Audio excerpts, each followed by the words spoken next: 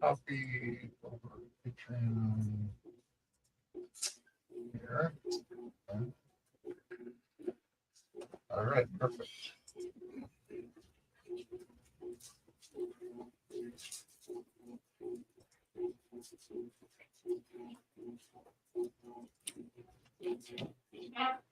All right, ladies and gentlemen, welcome to Sports Entertainment Center. My name is Vinnie, and I'm joined by Princess Skywalker, Jess. Jess, how are you tonight? Good. How are you doing tonight, Vinnie? Doing all right. Just going on, and we are live for the first time. We're live on Patreon, and it's a trial, so hopefully it works. If not, no big deal. But either way, this will be live. This will be up on Patreon first, and then tomorrow it'll be up on YouTube and the podcast feeds. John is off tonight, so that's why Jess is filling in. And we're going to be talking all about WWE Raw. We're going to be talking about AEW Dynamite, which, yes, for the first time in a number of years, I have watched AEW Dynamite. But Jess, you're a regular watcher of Dynamite, aren't you? I am. Yes, that's the one I primarily watch.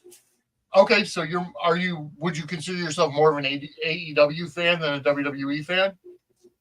I'm about 70-30. Okay. All right. Up until now, the majority of AEW news I would get would be from listening to Jim Cornette. So it was skewed. Yeah, a little skewed. You're right. You're absolutely right.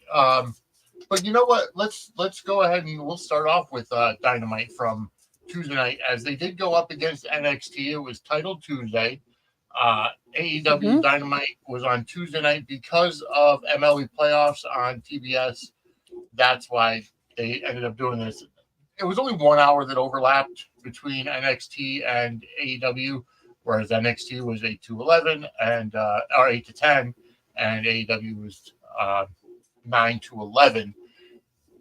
So, since you're the AEW fan and you're you're more in tune with the AEW product, I'll let you go ahead and kind of take lead on the results and whatever you've seen, and then I'm getting an education here. So you didn't get the best episode to watch, Okay. for sure. John and I did my show last night, and I think we counted 15 promos. Okay. 15 plus promos and only 4 matches.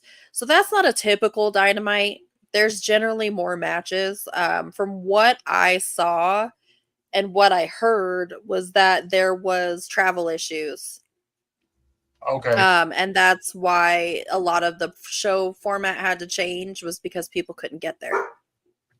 Wow. So that was their biggest issue, I believe. And it kind of hurt them, in my opinion, personally, because it wasn't a strong show. It wasn't a great go home show, for sure. Right.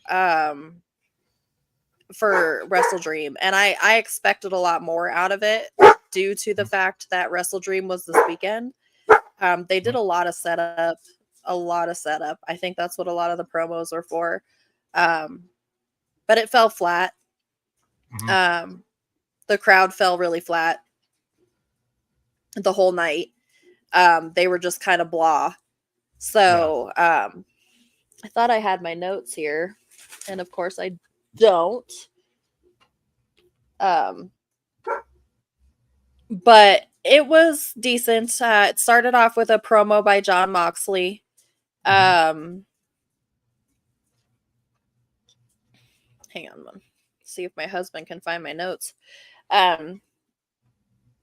John Moxley did a promo against Daniel Bryan, basically saying that he's the only one willing to take out Daniel Bryan. Right. Or Bryan Danielson. I'm sorry, Bryan Danielson. That's all right. I do the same. We were calling him Daniel Bryanson last night and all kinds of weird stuff.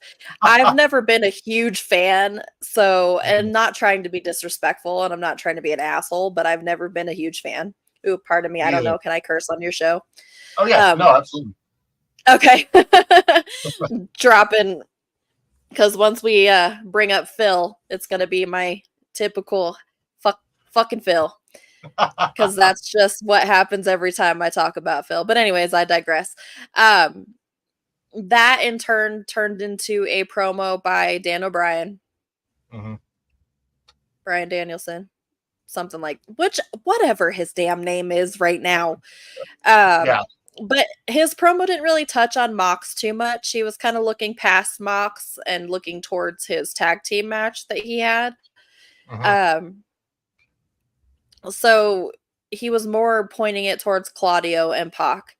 That was a good match. There was a tag team match. I'm going to just go kind of by memory here since I don't have my notes right in front of me. Sorry about that, Vinny. I should have been a little bit more prepared. No worries. I just had an anxiety attack about an hour ago, so I'm still like trying to get over that. So mental health fun. It's great. Oh, yeah. So that was a great tag team match. It was the main event of the night. It was Bryan Danielson and Yuta versus Claudio and Pac.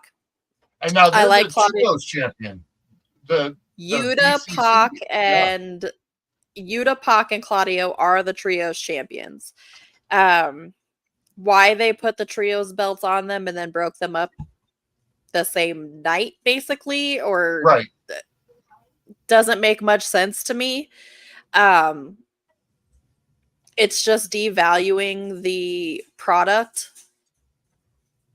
devaluing the Trios titles, in my opinion. It's weird because, hearing about it, seeing the match, and all four guys. I mean, I've never been a huge Daniel Bryan fan or Bryan Danielson fan myself. Going back to when he was in the WWE, just never saw the appeal. Great athlete, but I feel like he's a very, I don't know, like Kevin Nash used to call the cruiserweights a vanilla midget. Like he just has no charisma that I could see. And I don't see it either. Yeah. So, and I've always been in the minority, so I'm glad I have, a sister in arms here. Yeah. But seeing, Claudio and Pac are fantastic in the ring. Yuta impressed me as well. He was able to, sell for the majority of the match and, finally, get Bryan Danielson the comeback. And I thought the match was really good. Of course, Moxley and who's the girl with them? Marina Shafir. Marina Shafir, yeah. Moxley and Marina Shafir come down. They get involved. Eventually, Daniel Bryan gets the submission victory on Pac to end the night, which is pretty good for a go home when it's they're trying to build up him against Moxley. But I agree with you. Breaking up the BCC right after winning the Trios Championship, it's almost like it's a good story because you're having the Trios Champions having an infighting, that has really never been done outside of tag teams where like Shawn Michaels and Steve Austin or, the opponents that win the tag champions. They had, Shawn Michaels and John Cena as tag championship face each other at WrestleMania. So it's been done before as just tag. So it's a really good story. It's just, again, the way it was handled could have been done a lot better. Agreed. And The reason it kind of makes me upset is because you've got a great trio like the House of Black, Mm-hmm. and the House of Black was in that trios match, and they could have given it to a legitimate trios team rather than one that they just makeshift put together. Yeah, because So Pac was never in the BCC until now. no, but it was supposed to be Pac, Penta, and Ray Phoenix as the trios champions, but Penta and Phoenix aren't wrestling for AEW right now Right. because Penta has made a huge deal about moving on. So now And they're they're just on not their way featured to anymore. WWE. They are, but Ray Phoenix has another year left on his contract because Yes. Tony Khan added injury time, which is a strange thing for Tony to do. I mean, I understand contracts are contracts, but he talked shit when Vince used to do it. Yep. And so for him to turn around and do the same thing just because that's one of his hottest homegrown tag teams and tack them on because he doesn't want them to go over there. Yeah. It's a little shitty in my opinion. But it's also they were telling everybody they were WWE bound. They were signing a WWE contract. So it definitely upset the locker room. So again, it's well within his right. Although my thing is like if you're gonna have two guys that are under contract that are upset they're there because they want to move on, my thing is cut your losses. Like Let him move on. Exactly. Let them move on. Don't want to upset upset the locker room because Miro asked for his release as well. So could this be a trend where now people are leaving AEW to go back to WWE? Yeah. And and it's pretty equal because there's still people from WWE that are coming over to AEW. So like Ricochet just came over. He was one of the most recent one to come over. And I honestly think that AEW is a better place for Ricochet. I agree. He's able to be himself more and he's able to be that high flyer that he is. He doesn't have to be held down by the WWE cinema of wrestling. He can do his flippy floppy gymnastic shit. Yeah, especially in the match against Will Ospreay last week. It's there's room enough in wrestling for all of these organizations, whether WWE, AEW, MLW, TNA, NWA. There's enough room, especially with streaming. Absolutely. And I'll never fault somebody for, liking one organization over another because, I mean, that's what makes the world go round is the freedom of choice. But, but it's a different product. As you said, WWE is more cinema. AEW focuses more on the athleticism than the story. So when people say, oh, prefer one or the other, it's because of the style of wrestling. Exactly. And a lot of it's what people are used to, too. They're just used to WWE. And I was one of those people for 2 years. I was like, fuck AEW. I'm not going to watch it. I'm not going to deal with it. They're this, they're that. And now that's the primary wrestling that I watch. So if I would have just given it a chance, and that's another problem is people just don't give it a chance. Right.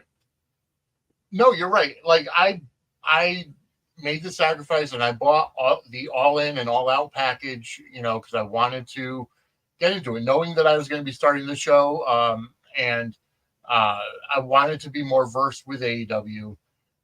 And you're right. It's more of I've been watching WWE my whole life. And even when it was in the Monday Night Wars in the late 90s, WCW was so similar to the WWE product.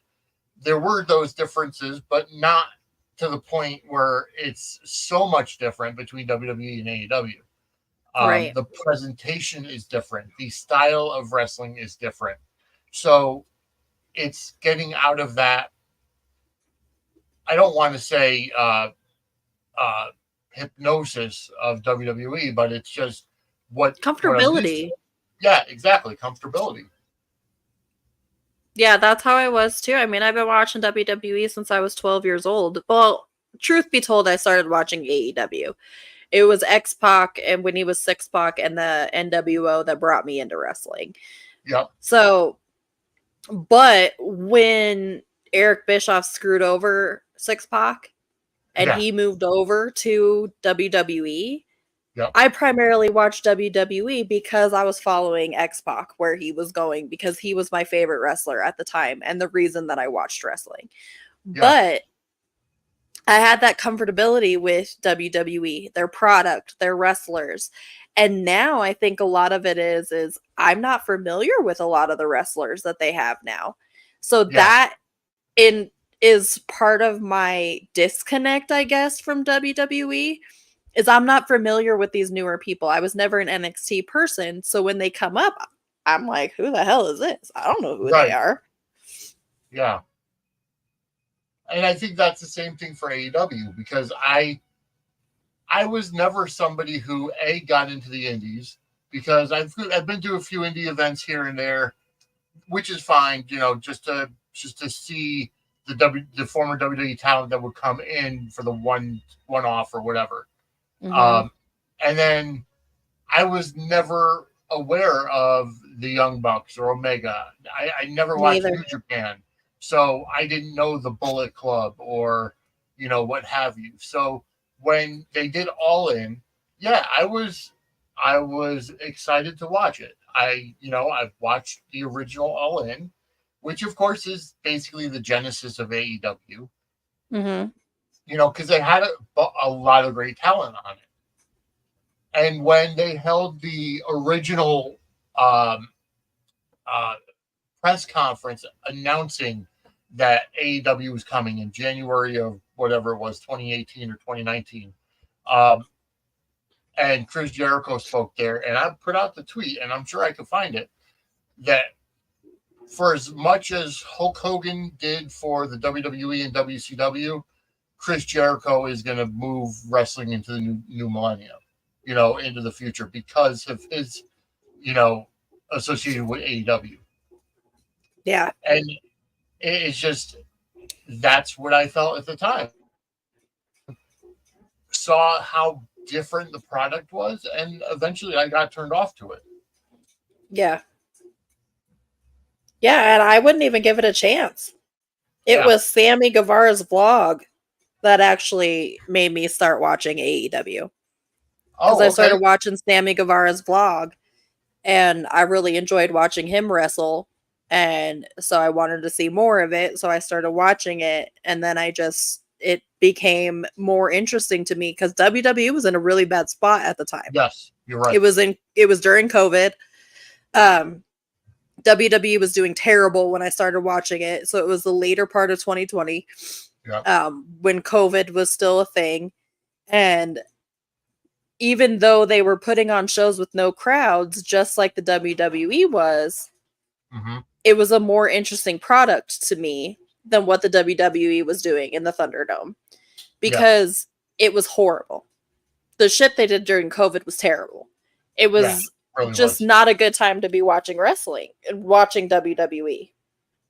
No, you're absolutely right. Especially that ridiculous horror show at Extreme Rules that they did when they had Seth Rollins versus Rey Mysterio in the eye for an eye match, and and Mm-hmm. then they had I think it was, I can't remember exactly which one it was, but they used it to, I know it was the Miz in the match, but they used it to promote Batista's movie with zombies, and like that's like I understood. I'm all about marketing and having promotions and stuff, but that's just hokey.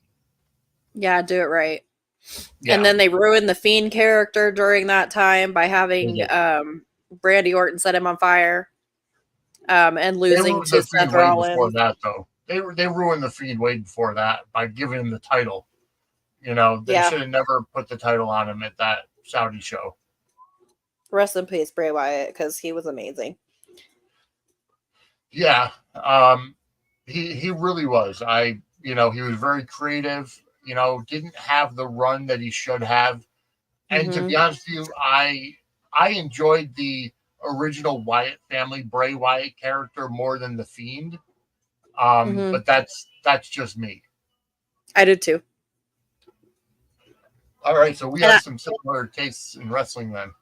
yeah, I did too. The Fiend, I'm not a big fan of clowns, first of all. So that kind of turned me off of it and it reminded me, it was all based off of that clown from American Horror Story.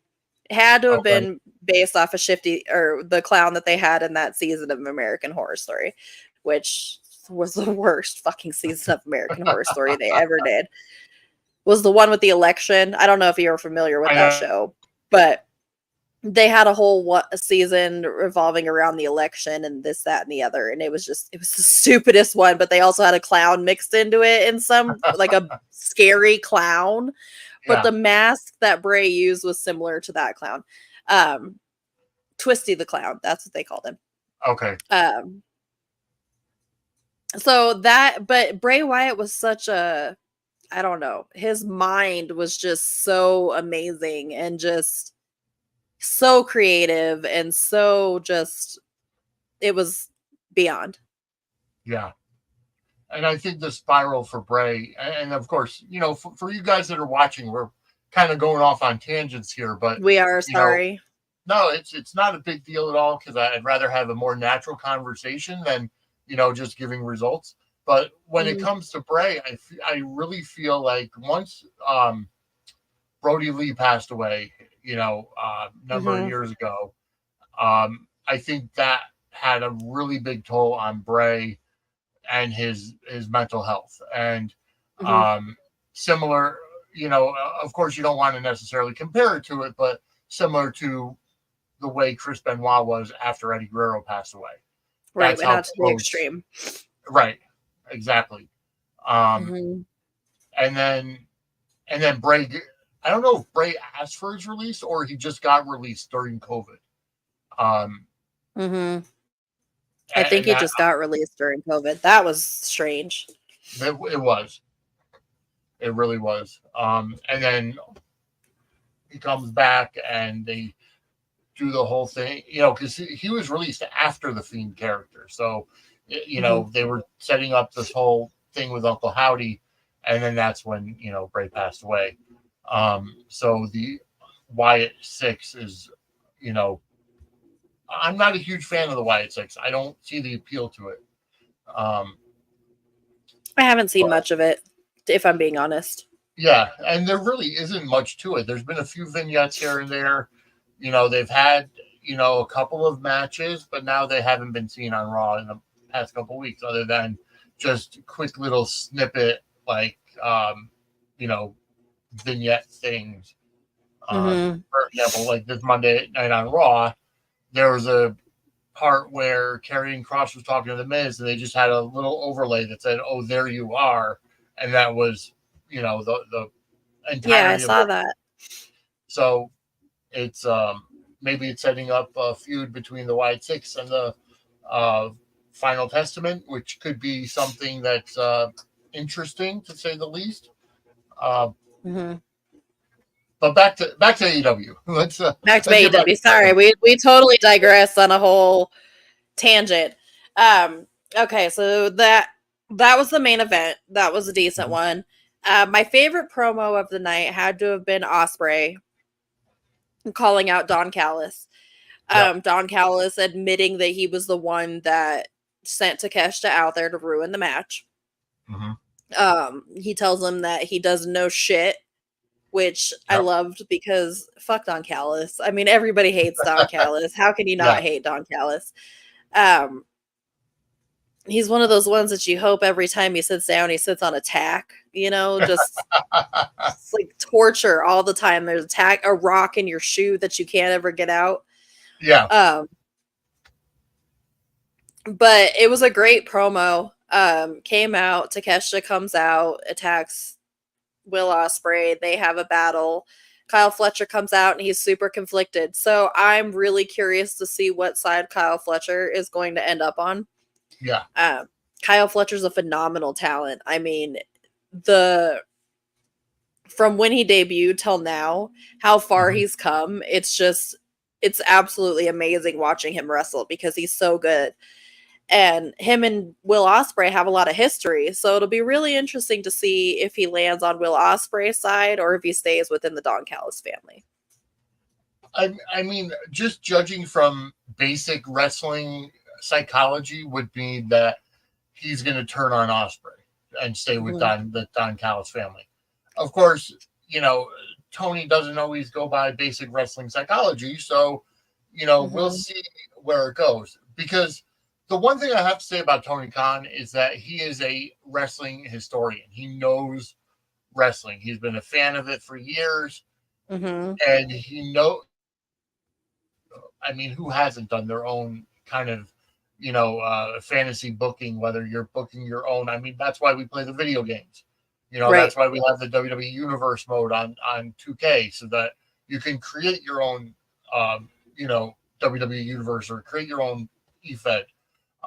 So he's got that kind of stuff going for him. So it remains to be seen whether or not, Fletcher and Osprey, because again, it's going to end up being Osprey, Ricochet, and Takeshita at Wrestle Dream this weekend for he's got the International Championship? The International Championship.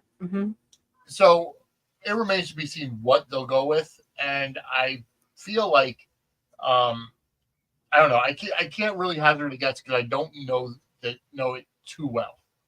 Right. I'm excited for that match though. Between Takeshita, Osprey, and Ricochet. Yep. It's going to be a good match. It'll be really interesting to see how Takeshita fits in. He's definitely going to slow down the pace of the match, right, a little bit more, because he's not as fast and he doesn't do the high fly stuff. He does some, but he doesn't do a ton.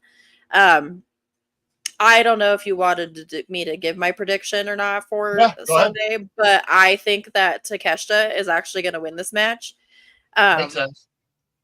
I've read on Fightful that he is getting ready to be put on a big push.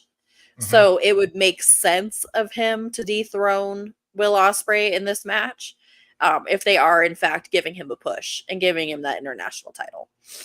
Will it be Ospreay or Ricochet that gets pinned?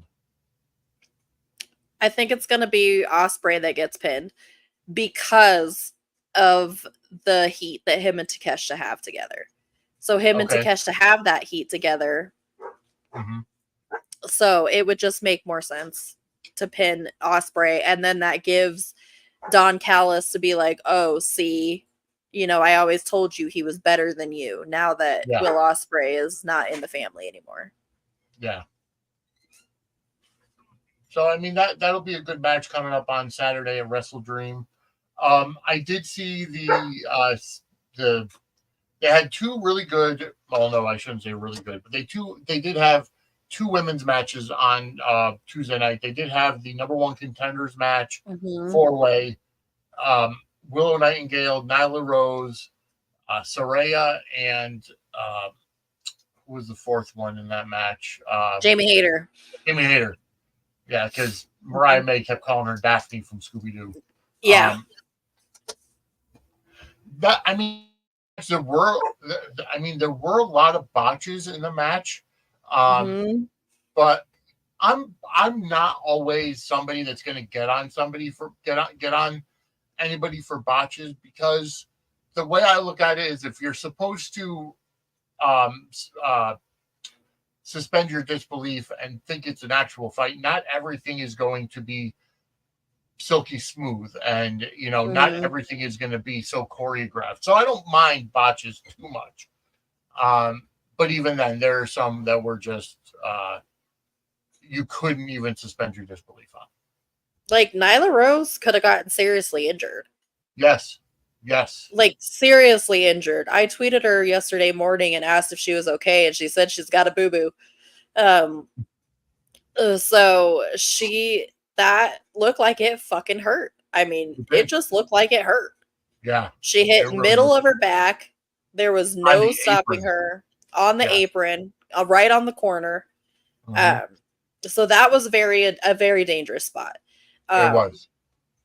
So that I didn't care for, just because someone got hurt. Yeah. Somebody did get hurt. I believe it was Harley Cameron that pushed her. Yeah. And who, you know what, shit happens. Like, if you're doing something Oh yeah, crazy like that, it's not always going to go perfect. But man, she could have broke her back. She could oh yeah. have really hurt herself. She could have Um, paralyzed herself.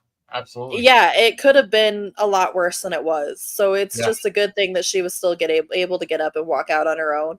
That match did show the return of Penelope Ford. Yep. She came after Jamie Hayter, which is interesting to me because I don't remember any history between Penelope and Hayter. Hmm. Um, so I didn't really understand where that came from and why are we taking Hayter out of the mix. Right. She deserves it. She never lost her damn title. Yeah. So I don't know. Or maybe she did lose it to Tony Storm and then she got hurt. I can't remember exactly how it happened. I don't have a great memory. Um, but it was a decent match, but it was chunky and there Yeah. was some interesting spots. Um, there was Yeah. a lot of interference. A lot of interference. And I even, there were a couple times where I thought Saray could really get hurt. I mean, she's still, nursing that fragile neck, which is Hmm. why WWE wouldn't clear her to come back. So it's really really hard for me to. That's one of the biggest things. It's really hard for some of these people that for WWE not to clear them to wrestle. Like they wouldn't clear Daniel Bryan. They wouldn't clear uh Paige. Edge. Soraya. So but then they go to AEW and they're all hunky dory and they're able to go out there and they're risking they're risking serious injury daily, every time they get in that ring because let's face it, there's a lot of people there that have more of an indie mindset rather than a national TV mindset. Hmm. Hmm. Yeah. Um, Willow ended up winning that match though, which I believe was the plan when she was going up against Britt Baker. Yeah. I believe Willow was going to win that match regardless. Um, so it's good to see Willow getting that push. She's a great wrestler. I didn't see any issues with her. It No. was more of, honestly, it was Saraya and Harley Cameron. Yeah. Um, Agreed.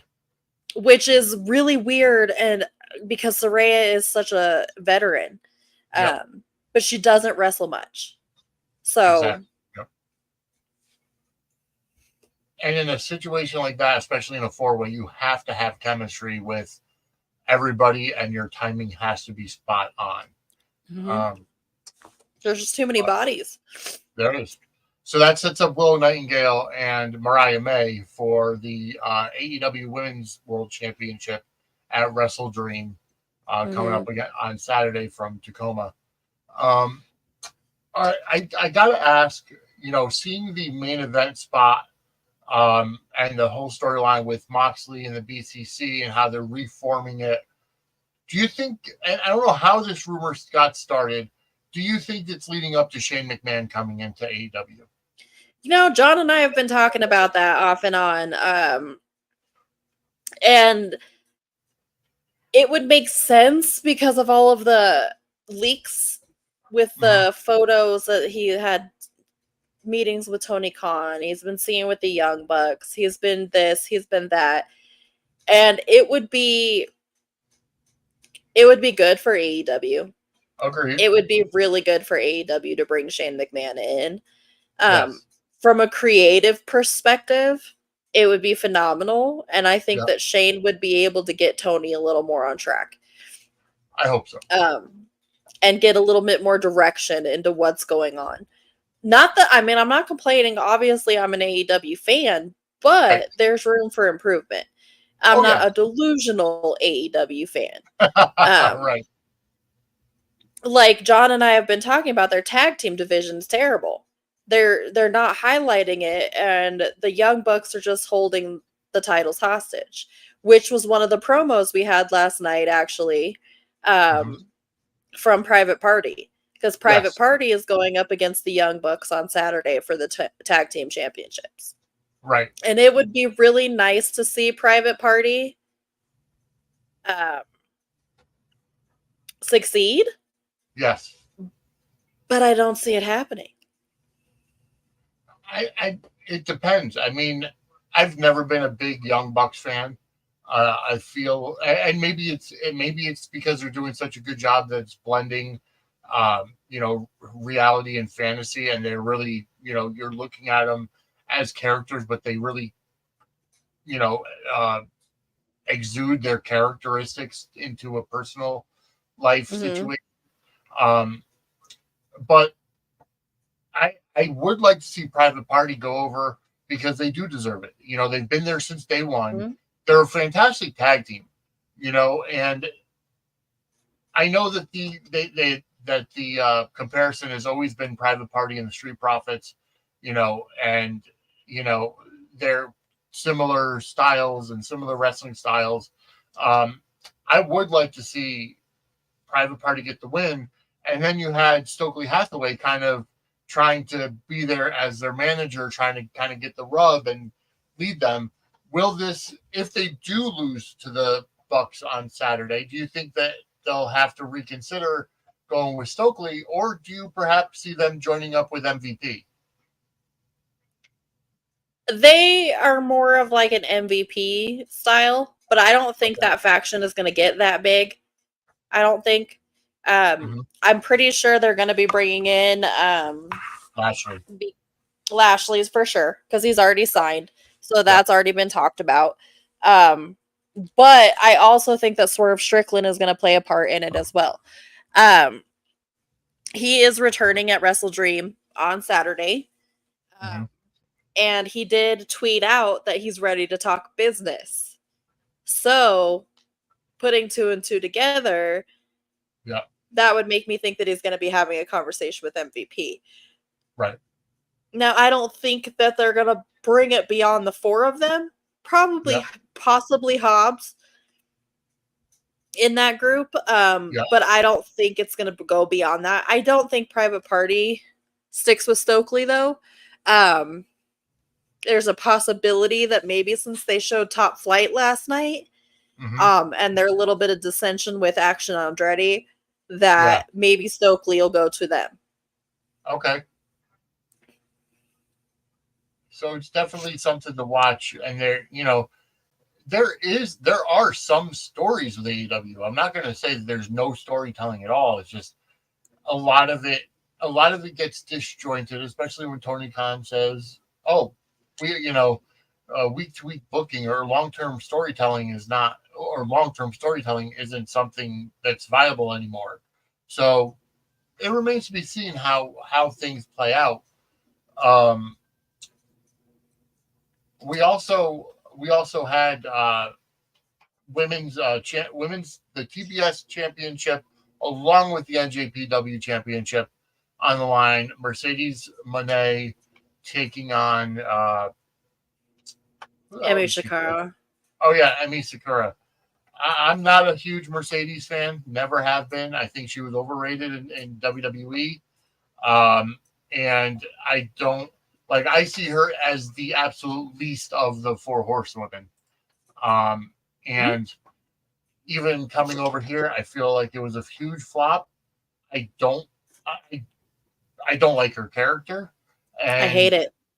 I, I like Camille.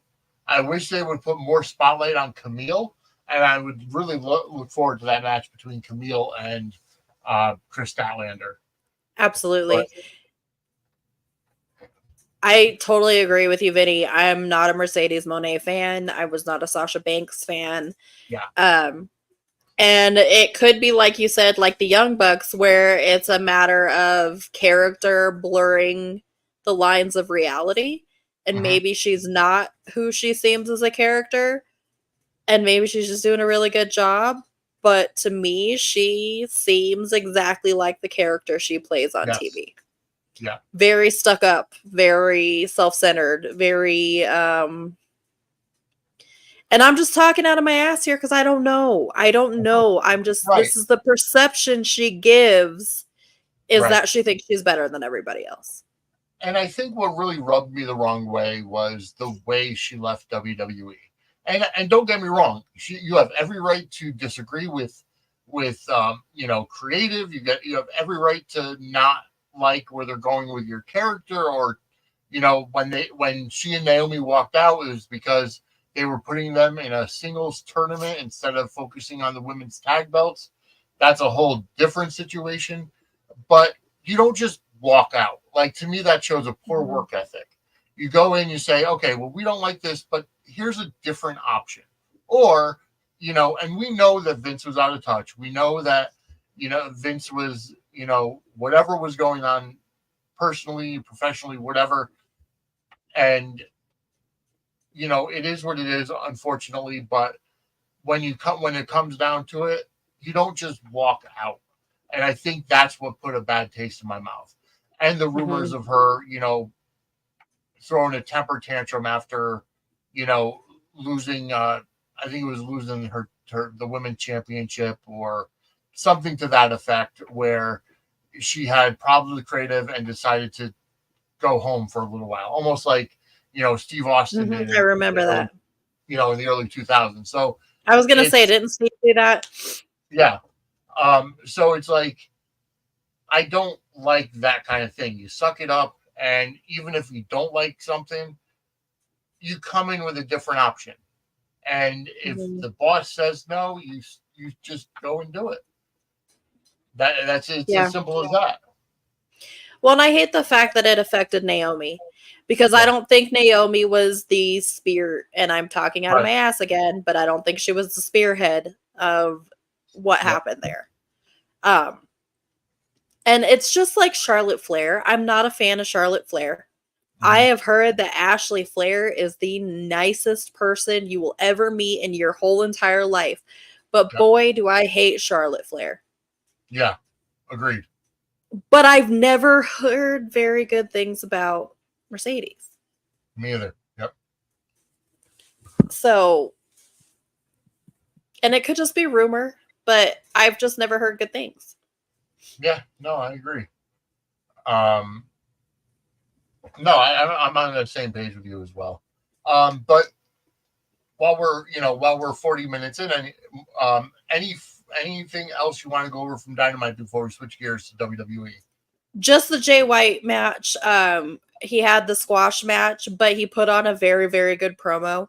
Very good promo towards Hangman Page, and that's going to set up a fantastic match on Saturday. That match is going to be a banger. Yeah, Hangman Page was the one guy that I really liked from the very beginning of AEW. I didn't, there were some missteps of his character, like the sad drunk and, teaming with the Dark Order and, all that kind of stuff. I feel like those were missteps in his character. But, I didn't like the syringe thing against Swerve, and that match alone I didn't like in general. But I feel like there's definitely potential for Page. And, Jay White, for as good as he was in Japan, or so I heard, he's better on the mic than in the ring. But I think it's going to be a good match on Saturday too, with Page and Jay White. So I'm anxious to see how that match goes. Yeah, definitely. But other than that, there was nothing really that grabbed me from Dynamite. Like I said, you didn't get a good one. So don't base your opinion off of this week, because it wasn't a great show. It was very promo centric. So I would say try next week's episode, because it's going to be after the pay-per-view, and they're generally pretty good after the pay-per-view. But this go-home show wasn't it. Yeah, and you know what? The ratings showed it, and I'm not going to even get into the ratings too much because they were on a different night. I almost forgot it was on. Yeah, they didn't really publicize it too much. So there was, for as much as WBD, signed AEW for their next TV rights deal, there really wasn't much publicizing them being on Tuesday. So, there's got to be something there, to warrant their $185 million a year TV rights deal. I Yeah. know I'm happy they're going to Max because at least I'll be able to watch it more regularly. And I'm glad they're Yeah. putting the catalog on Max because then I could go back and see some of the better stuff. That's what I'm happy about, is because I can go back to the beginning and all the stuff I didn't see. Yeah. And then maybe some things will make more sense to me. Agreed. History. Yeah, agreed. All right, so we're going to move on. WWE Raw, for the first time in 12 years, was a 2-hour show. And there are people complaining, of course, because it felt rushed and there was only one women's set. I feel like WWE knew what the complaints were going to be and what they have been in the past upon hearing this stretch for 2 hours. And I feel like they trolled everybody. I feel like, especially with the opening segments where Punk came out to talk, and then while he was, before he even left, here comes Seth Rollins, and they pass each other, and before he even gets out of the ring, here comes, I think it was Bronson Jey Reed. Uso? Bronson Was Reed. it Jey Uso? No, oh, it was okay. Jey Uso. Yeah. Okay. It was Jey Uso coming into the ring for the match. So it was just here, no pauses. It did feel rushed, but I feel like it was done on purpose. Yeah, it definitely felt rushed. And this coming from somebody who watches a 2-hour show every week. I'm the third hour is usually when I started to tune out before. Yeah. So it didn't bother me that it was 2 hours, but coming off of Bad Blood, it was not the best show. This week was just not a great week for Raw or AEW. It just wasn't. No, you're absolutely right. It did feel a little bit rushed, and who knows, maybe they did do it on purpose, but it felt extremely rushed. Fucking Phil coming out, getting out of going to Saudi.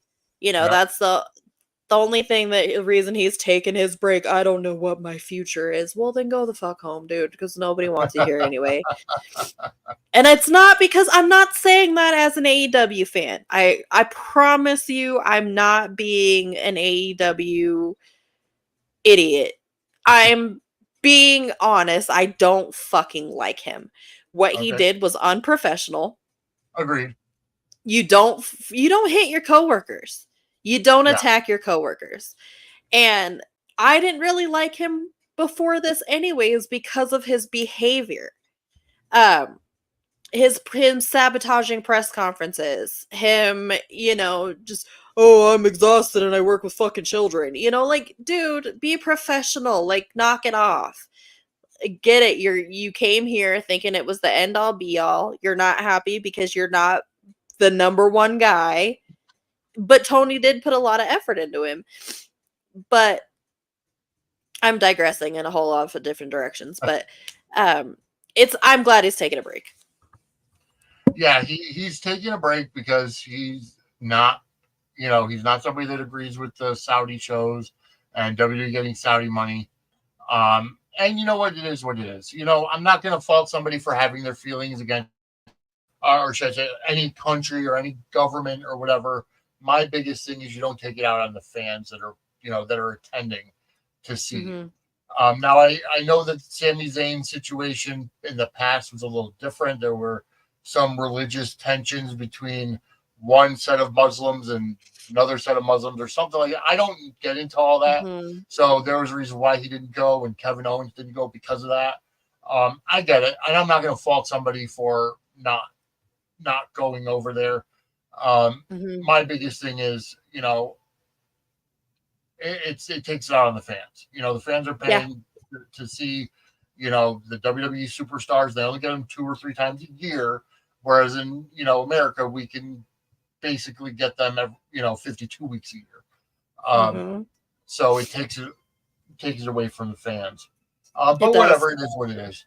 I will cut right to the chase.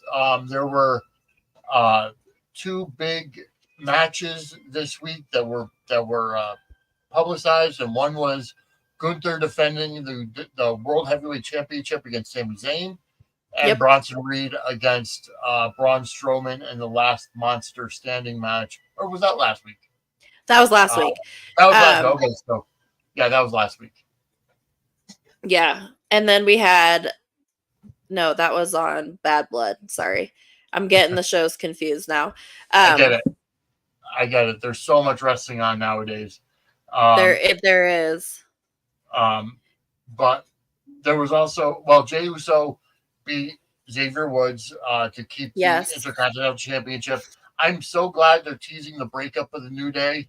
I was never a huge fan of the gimmick. I love them. Yeah, I got to give them their credit because they're great talents. But I finally see Xavier Woods as interesting. I just haven't seen any interest in him since he came over. But now I'm finally seeing some interest in Xavier Woods. Yeah, without Big E, New Day doesn't make a lot of sense. So to have them go their own way would be great. It's going to be interesting to see which one turns. Yeah, I agree. We saw Sheamus defeat Pete Dunne in a Donnybrook brawl. Again, Pete Dunne is a great talent. Sheamus has been there for a while. So while Sheamus won the match, I think Pete Dunne got a lot of shine on him. And definitely got over in that match. They did some crazy shit in that match. That spot where they jumped off the barrels was some pretty crazy shit. It really was. And for Monday Night Raw, that was a really, really big bump for them. I enjoyed that match tremendously. Yeah, it was a good one. I am not a big fan of gimmick matches. Right. I'm not a huge fan of gimmick matches, and just wrestle the damn match. But it was a good one. It was a good match. And then we had, like I said, the 10-woman tag match. Natalya, Kayden Carter, Katana Chance, Zelina Vega, and Lyra Valkyria. They beat Pure Fusion Collective, Alba Fire, and Isla Dawn. It was just, the thrown together. The token women's segment for the show, for a 2-hour show. And then Gunther beating Sami Zayn. There was a lot of rumors that Goldberg was going to show up to this match and cost Gunther the championship to set up Gunther and Goldberg at Saudi. That's what I had a feeling was going to happen. I was really wondering if that was going to happen after Bad Blood. Yep. And the reason I really thought that was going to happen is because the Saudis love Goldberg. They do. They love having him on the card. But what's to say he doesn't show up in Saudi Arabia and cost Gunther the ugliest title belt I've ever seen in my entire life. Yeah. Exactly. We do know that those, Saudi belts, crown jewel belt, whatever they're called, they're just for the Saudi shows. So it's not going to be something that's going to be defended all the time or whatever. I think it's a garbage thing anyways, but when you're getting multiple millions of dollars just to go over there, it kind of makes them happy. To them. I was talking, I was in a thread post on Facebook, and it started with CM Punk, of course, because of his not wanting to go. But the Saudi government or the Saudi people in charge of bringing WWE over, they're so far out of touch. I remember for the greatest Royal Rumble that was back in 2017 when this whole thing started, they had like a list of people they wanted there that included the Ultimate Warrior and Yokozuna, both of whom had passed away. Yokozuna had been dead for like 15 years, which is why they had just a random sumo wrestler in the match.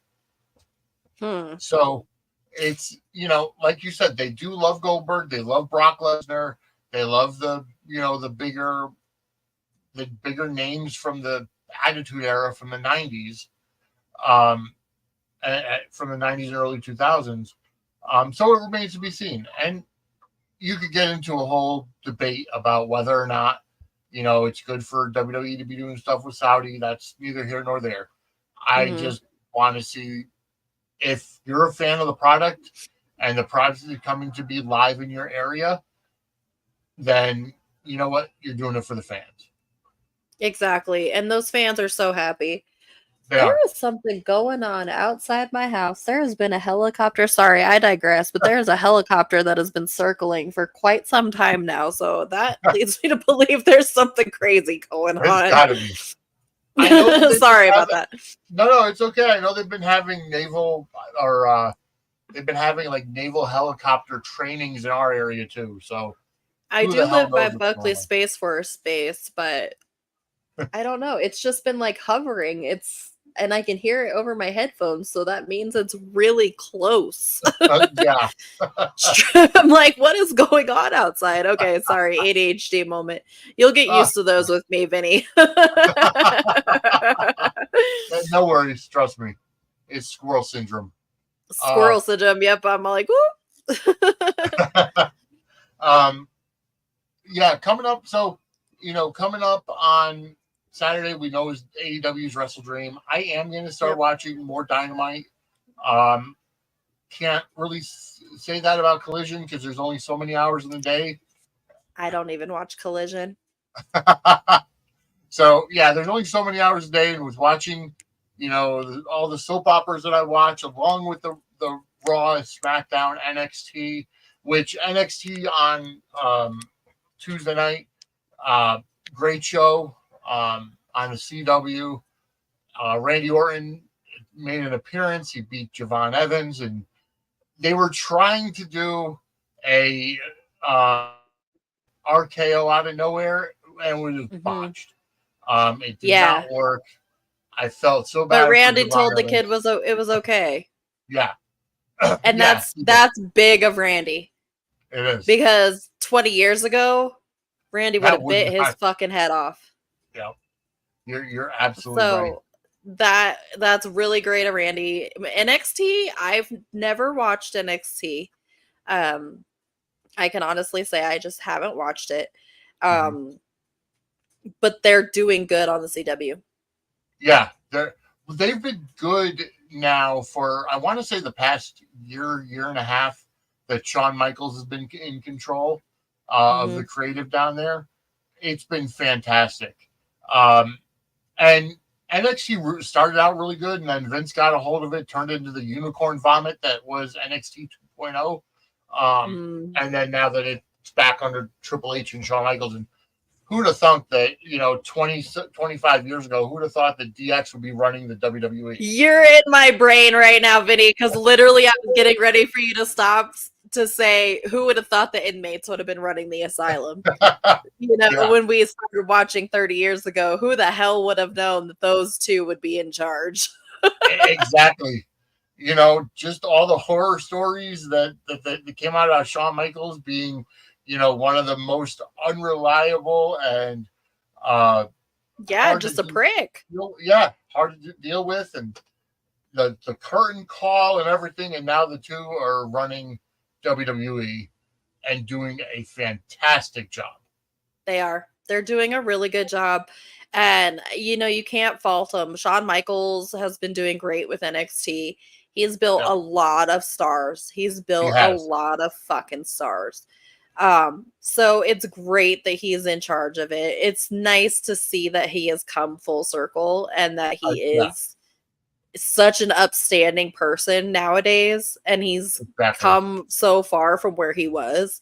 Because even he admitted it on the Vince documentary. He was a prick. Yep, He was just not a good person to be around. Um, exactly. so Raw was good. It's interesting watching them run the asylum, but Raw Yeah, was good. NXT, I might start watching just so I have a little bit more background with it. But like yeah. you said, there's only so many hours in the week, and wrestling is on 7 days a week if you really, really want it to be. You're right. You've got Absolutely. Raw, you've got Raw Monday, NXT Tuesday, Dynamite Wednesday, TNA Thursday, Rampage Friday, Collision Saturday, and then pay-per-views on Sunday. Yeah, It's SmackDown on Fridays nonstop. as well. Yeah, SmackDown MLW on is on Fridays too. Thursday. It's just there's Yeah, wrestling everywhere. You could watch it 7 days a week if you really wanted to nowadays. And like you said, there's only so much time. yeah. Maybe I should start watching GH again though. It's been Hey, a you few know what? years. GH has been great as well. Don't listen to what you read on Twitter, because They did Kelly Monaco dirty. you know what? There's a lot. There's a lot behind that. I know And that's a different show. Sorry. no, it's fine. I mean, that's why Suds and Square Circle. We cover everything. Mm. Go watch some of the archives of Suds News, because we do go into a lot of the Kelly Monaco stuff over the past few weeks. Okay. But there is stuff that I can tell you offline about it.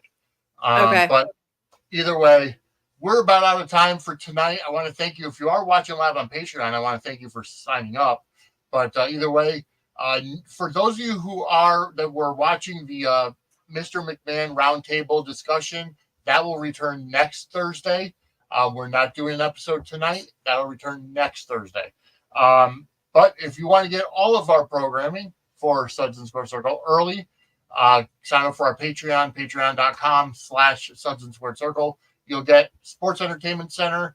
You're going to get Dockside at the Bay, Take Me Down to Studio City, and Angela Answers Fan Mail, all early, at least one day before it hits YouTube and podcast feeds.